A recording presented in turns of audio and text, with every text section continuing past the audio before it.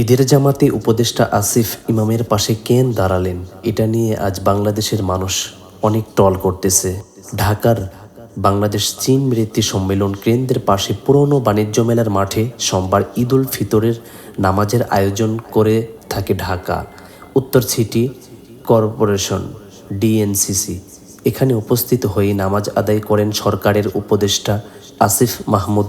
নামাজে তার কাতারে দাঁড়ানোর দৃশ্যের ছবি এবং এক দিক থেকে করা ভিডিও নিয়ে দিনভর আলোচনার মুখ সমালোচনার দাঁড়িপাল্লায় ভাসতেছে। প্রচারিত ছবি ভিডিওতে দেখা যাচ্ছে ইমামের ঠিক পিছনে আলাদা একটি কাতারে দাঁড়িয়েছেন আসিফ। প্রচারিত ভিডিওতে এই কাতারে আর কাউকে দেখা যাচ্ছে না। এর ফলেই আলোচনার সূত্রপাত। ঈদের এই জামাতে আজ ইমামতি করেন কারি গোলাম মুস্তফা এবং বিকল্প ইমাম হিসেবে সঙ্গে ছিলেন মুফতি জুবায়ের আহমদ আল আজহারি। শনাক্ত একটি লাইভ ভিডিও খুঁজে বের করে শেষে বিশ্লেষণ করে দেখতে পায় আসিফ শুরুতে অন্য মুসল্লিদের সঙ্গে প্রথম কাতারে দাঁড়িয়েছিলেন।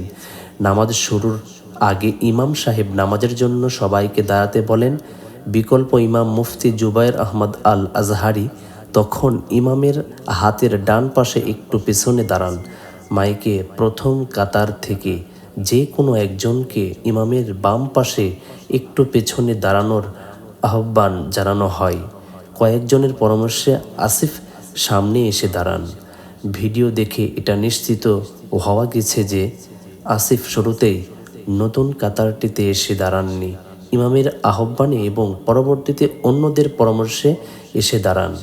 এমনটি কেন করা হলো সেই বিষয়ে জানতে রিউমোর ক্যান্সানার কথা বলেছে। বিকল্প ইমাম যিনি দাঁড়িয়েছিলেন মুফতি জুবায়ের আহমদ আল আজহারির সঙ্গে, তিনি জানান ইমাম সাহেবের সঙ্গে বিকল্প ইমাম সাহেব দাঁড়াবেন। এক পাশে দাঁড়ালে অন্য পাশে খালি থাকে, পেছনে জায়গা হচ্ছিল না বিধায় সামনে আরেকজনকে আসতে হয়। তখন প্রশাসক মহোদয় উপদেষ্টা মহোদয়কে সামনে আসার অনুরোধ করে, উনি সামনে আসেন।